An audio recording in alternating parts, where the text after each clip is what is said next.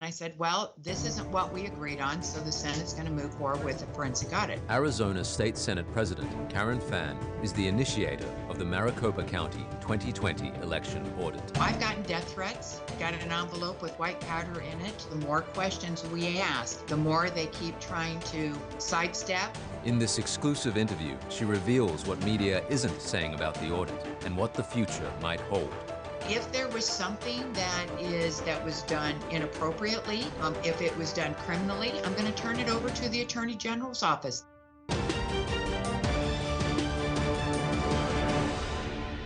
Senator Karen Fann, welcome to the Wide Angle. Thank you. Thanks for having me.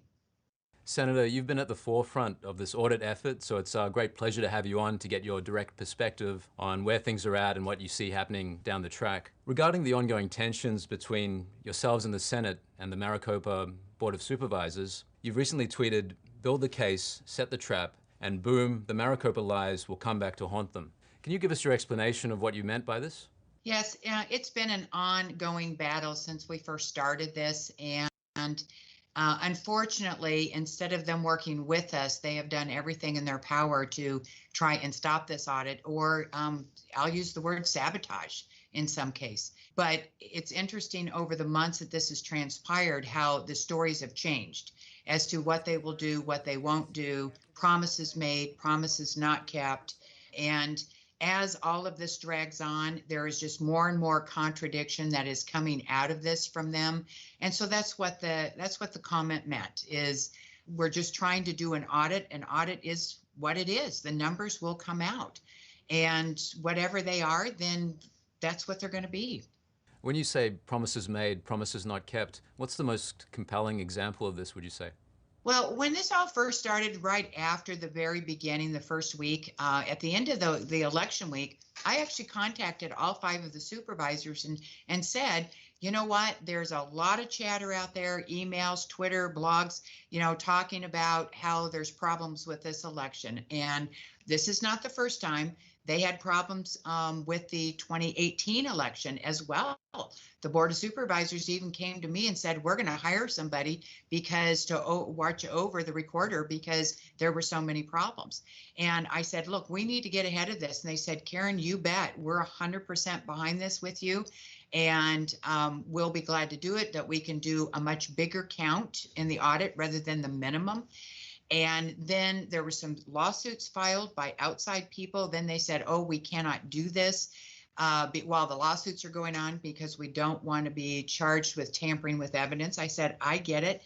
About a month later, those lawsuits were all dismissed. And then I reached back out to them again, and they said, oh, well, no, we can't do any more of an audit because we can only do what the legislature authorizes us to do. And I said, well, you actually do have the power, but if you do, if you think you don't, then we'll give you that. So we set up a judicial committee hearing on a Monday morning, and I said, Supervisor Hickman, I said, please be aware, at the end of that hearing, the judicial chair is going to have 2 subpoenas drafted for discussion and possible approval by the committee to issue subpoenas for doing this, which will give you the authority. And this was all talked about, discussed, choreographed the week before. Supervisor Hickman knew full well that's what it was. I even said, if you don't want to be on here when this happens, then feel free to sign off. And he said, that's great. Well, they issued the subpoenas, giving them the authority to do this. And the next morning, he goes before the media and says, I felt like I was slapped in the face. I had no idea this was coming. Well, there was lie number 1. Well, it was probably more than lie number 1. So it's just been stuff that's been going on. Then they sued us because they said, oh, the Senate doesn't have the authority to issue subpoenas. So that took another 3 weeks. Then the courts came back and said, yes, they do. And this has been a nonstop all the way through. They have refused to comply with the subpoenas on a number of issues. They have said they'd give us the routers. Then they said they won't because it was tied to security with the deputy sheriffs. And then their latest is, oh no, there were no routers at all. And the list just keeps going on and on. What do you think is going on here, Senator? Why do you think there's this inconsistency between the messages they're sending out and what they're saying to you behind the scenes on some occasions? Well, this is my personal opinion, because it's interesting how they were all 100% behind right from the very beginning. And then they go into an executive session and discuss it with their attorneys and then come out with a totally different tune as to what they're going to do. We had agreed to do a forensic audit with the new chairman that came on board. He went into executive session and said, hey, from day one, I said, let's do this together. Let's do it at your facilities. I don't want the ballots moved. I don't want the machines moved. Let's pick an auditor, a forensic auditor together, and let's just do it. It would have been done months ago. Chairman Sellers, the new chairman, he said, great, that sounds like a great idea, Karen, let's do it. I'll take it to an executive committee. They did. He came back out and said, hey, we're not going to do anything with you, but we're going to do 2 audits. And we're going to do SLI and Pro V&V. And I said, but Jack, those aren't forensic audits. Those are the companies that are authorized to certify the machines. They do not do audits. They do not do forensic audits. And he goes, well, too bad. That's what we're doing. We're not doing anything else. And I said, but even one of them is the company that certified the machines to begin with. So they're certifying their own work. Again, they said, too bad. And I said, well, this isn't what we agreed on. So the Senate's going to move forward with a forensic audit. So you asked me the question about what's going on. I think they went into an executive session. I think that their attorney said, we don't know what we might find in a forensic audit. And this could be opening up a lot of questions that you may not want people asking. Just my own personal opinion here. And it just seems to be following true, because the more questions we ask, the more they keep trying to sidestep, not answer. They have set up their own Twitter page and website, and they are literally spoon feeding what they want people to know. Who does that? You're a municipality, you're elected officials. Why aren't they sitting down at the table with us and saying, let's walk through this? We had a hearing on July 15th again, where we said, look, here's what we're finding so far. 2 and 2 is not adding up to 4. Could you please help us? Give us an explanation. Give us the things that you are missing that you did not give us from the subpoena. That will answer it. And they have just flat out said, no, we're not even talking to you. It kind of seems like there was the potential for a congenial cooperative arrangement. You've mentioned that their attorneys, you suspect maybe their attorneys have guided them in a different direction. Do you think there's another external influence that's dissuaded them from cooperating as they might have before? I think that's the primary reason. But yeah, of course, the liberal media from day one, before we even selected an auditor, they have been really down on this. The Democrats are 100% against this. They do not want this audit going on. My problem is, or my frustrations is that this has always been about election integrity, nothing else, absolutely nothing else. This is about making sure that our votes are counted, they're counting properly, that the Maricopa County recorder or any recorder election official is following the rules, that they are doing what they said they were supposed to do when they took that oath. We know that there's been problems. We know that over the past decade or so, that line has been moved and moved and moved, that we're not following the rules anymore. And every time we try and bring it up, or we try and do some election integrity laws or bills to try and, close up some loopholes that might be there, the Democrats come back and say, you have no proof. Well, here we are trying to show you the proof, but they don't want us to find the proof.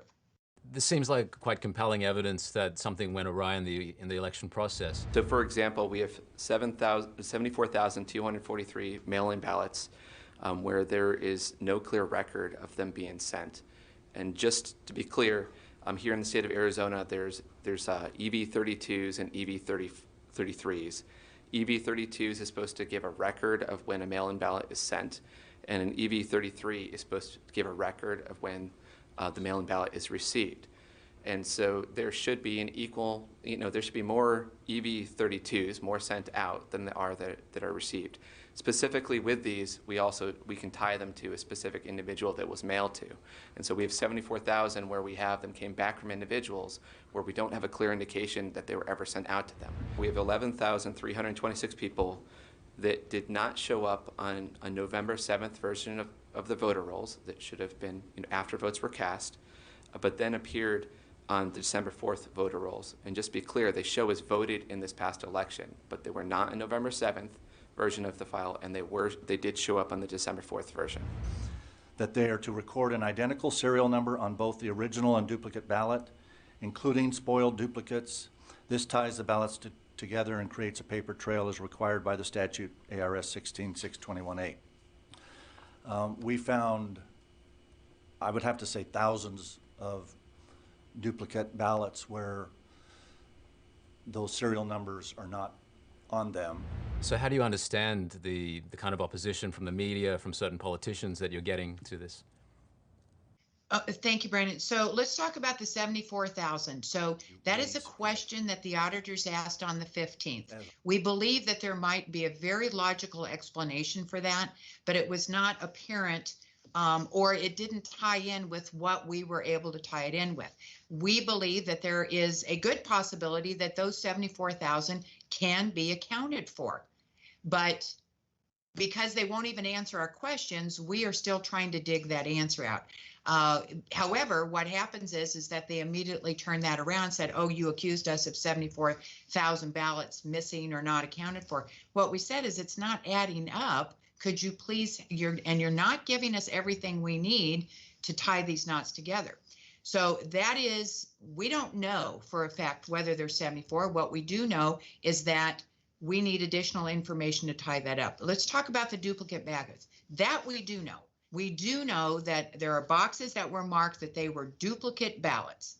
Now, in Arizona and every other state, if you have a spoiled ballot, somebody that spoiled their ballot, then we make a duplicate ballot and you run the duplicate on through because the spoiled ballot won't go through.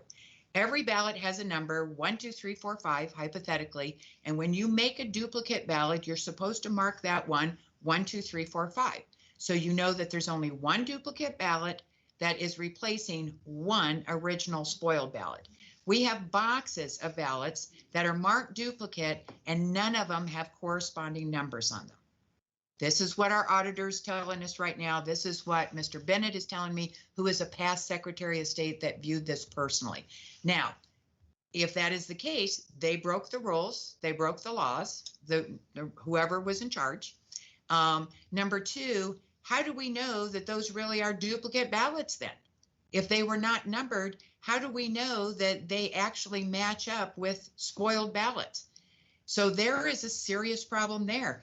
Well, it certainly sounds like there's enough there to justify suspicion and to justify investigation. So how do you understand the way the corporate media is treating this and the way certain politicians are responding to this? Well, I've even asked some of the, I've asked a lot of people and I've asked the media, I said, you know, you guys were down on this from day one, even before we selected the auditor, even before we did anything. It has been a total negative the whole time. So we have had to battle. And I keep saying, you guys, it's an audit. When it's done, they'll give us our numbers and you can poke holes in it all you want, because you know it's going to go to court. If they find anything different than what Maricopa County says, we know it's going to go to court. It's probably going to be tied up in court for a long time. So why don't you just wait to see what the results are? But no, they have attacked it from day one. When we brought this stuff out on the 15th, I was just talking to a reporter yesterday and I said, you know, why is it you guys aren't asking Maricopa the questions about these duplicate ballots? Why aren't you asking them questions about, you know, why aren't they giving us the Splunk lives? If they have nothing to hide, why are they purposely not sitting down and talking with us? Why are they withholding information? But they don't want to ask them those questions. So it's difficult. It's really difficult when we can't even get unbiased media reporting both sides of the issue here. Senator, I'd like to get your idea of where you see things heading from this point. Basically, as I understand it, the Board of Supervisors have signaled they're not going to cooperate, they're not going to respond to this new subpoena requests. So what do you see happening from here? What are the possible avenues forward? Thank you. What I will tell you, first of all, and from a personal level, my heart is broken. These people have been friends of mine. The supervisors have been friends of mine for, in some cases, decades. So it breaks my heart that they have taken the stance, because it never should have gotten to this. As I said, we should have been doing this together from the get-go. This is about election integrity. So I don't want it to get any uglier. I don't want this drag on. I want information. I want results. I want proof, and put it out there. And if there was something that was done inappropriately, if it was done criminally, I'm going to turn it over to the Attorney General's office. We have a department there, a division that deals with election integrity. I'd like to turn it over to them and let them get to the bottom of whatever we find. So we will turn a lot of that over. If we find that some of our procedures just aren't working very well, then as a Senate body, that's our job, is to tweak those laws to make sure things aren't falling between the cracks, that we're doing this right. Again, this has been nothing more than just election integrity and answering the questions. We have 45% of the people in Arizona, and I believe that's pretty much across many of the states, that say they do not have any trust and faith in our election process anymore. 45%. That's a lot. It should never be that. And I am so disappointed that the Board of Supervisors isn't listening to those 45% and say, you know what, let's answer your questions. Let's put the confidence back into this system. Let's show you that either we did it right or we had some mistakes and we're going to fix them. But to just ignore the public and tell them that their voices don't count anymore, that's the real crime here. And this widespread loss of faith among people in the election process, I think that prompts another question. Where do you see this audit fitting into the overall mission of preserving America's Constitution?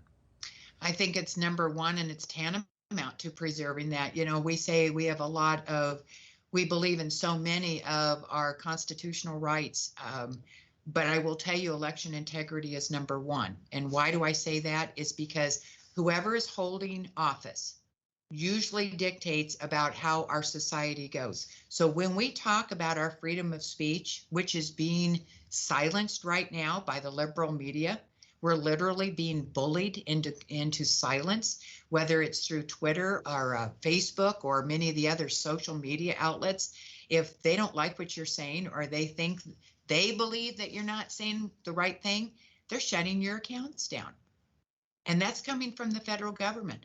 I've got the Department of Justice here that is now threatening, if we actually do a canvassing to verify for some of the affidavits, they're trying to say that is voter intimidation. But it's not intimidation, or it's not a violation of rights if they knock on somebody's doors to see whether they've been vaccinated or not, or they knock on somebody's doors for when we're doing a census. I don't understand why it is we can't verify that 25 ballots were sent to one house when only 2 people live there, or why there was over 75 ballots sent to a vacant lot in Tucson. We're supposedly not allowed to check that out. So it's extremely frustrating that we are being stopped. Let's talk about our rights to defend ourselves. Look at who's in the office right now, and they're trying to take away our gun rights. They're trying to shut down our protections of protecting our family. So when I say election integrity is number one, it is number one, whether it's freedom of speech, freedom of religion, rights to bear arms, anything we do, because they're doing exactly what they are trying to do right now, is change our Constitution. Senator, since your official request for the audit in December 2020, it's been a long haul, no doubt, with attacks coming from all quarters. Overall, how do you feel about the direction that the audit has taken? It's been frustrating. That's how I feel. The fact that they wouldn't work with us and do it at their facilities. We literally had to move 2.1 million ballots into our state fairgrounds, the Coliseum, which has cost us and everybody else hundreds of thousands, literally millions of dollars more, of having to do it this way, just because they did not want to work with us. Just the continual dragging on and the interruptions and as I told you, the media, which doesn't seem to want to report both sides of it. But we're doing it for the right reasons. No matter, I've gotten death threats, got an envelope with white powder in it. I sometimes get emails that have more 4 and 5 letter words strung together than I've ever heard in my life. But that's only about 25% of the emails. The other 75% are saying, we support you. This is important to us, and we support the Arizona audit, and we support everybody sticking our necks out there and trying to do the right thing about election integrity. So somebody has to do it. Somebody has to stand up and say, if we're not following the rules, we have to be following the rules. We cannot just arbitrarily change the rules, the laws. One person making a decision to say, oh, I think we're just going to mail out ballots to everybody, or I think we're just going to extend the deadline for registering to vote because I think that's so, or deciding that instead of checking the ballot signatures, we're not going to check the signatures anymore. Remember, we got to where we are today because of a procedure that we did. Let's talk about those envelopes. When we have mail-in ballots, a lot of people are now saying don't do mail-in ballots anymore because the rules are being broken. You know, you're supposed to request a ballot, not just arbitrarily have one sent to you. You are supposed to fill it out a certain way in the bubbles, not what Mr. Fontes says is, oh, if you make a mistake, put an X through it and just fill in another bubble. You're supposed to put it in the envelope, sign your signature there. And now they say, oh, well, if your signature isn't there, we're not going to worry about that either. So it's no wonder that people are saying, let's not do mail-in ballots anymore if they're not even going to follow the rules that were put into place to make sure that mail-in ballots are secure. So I'd hate to see us go away from that. We have a lot of senior citizens who physically are not able to go stand in line for 2 weeks. But by George, we better be following the rules if we're going to do these things. What would you say the best outcome would be for this audit? Well, the very best outcome is that the supervisors would say, let's call a truce here. Let's sit down. Let's see what you've got and let's walk through it. Let's see if we can come up with explanations of why 2 and 2 isn't adding up. And the things that we do have proof of, I would like them to say, you know what? The recorder didn't do their job very well. And so that person needs to be held accountable. We need to make sure that our election laws are done better. You know, if you run out of ballot paper at a polling place, you don't send somebody to the nearest Staples to buy a ream of paper, which is, I have an affidavit stating that that's what they did. So those are the things we should be working together on, saying, no, that's not acceptable. Let's have our rules. Let's make sure our rules are very concise and very clear, and let's follow them. That's all I'm asking for. We know that Arizona has been at the forefront of this challenge to the 2020 election. What's your take on what's happening in other states? We know that other states already have their own audit processes underway. What's your opinion on that? Well, I just came back from a conference last week where there was 1,500 people there, many that were legislators from all over the states, and this audit was one of the #1 conversations. And they were all so supportive of it. And interesting, they asked me that same question. And I said, you know, one thing that I learned from this that I will be shouting from the rooftops when it's all over with, every single state has to have a better auditing process, automatic system set up.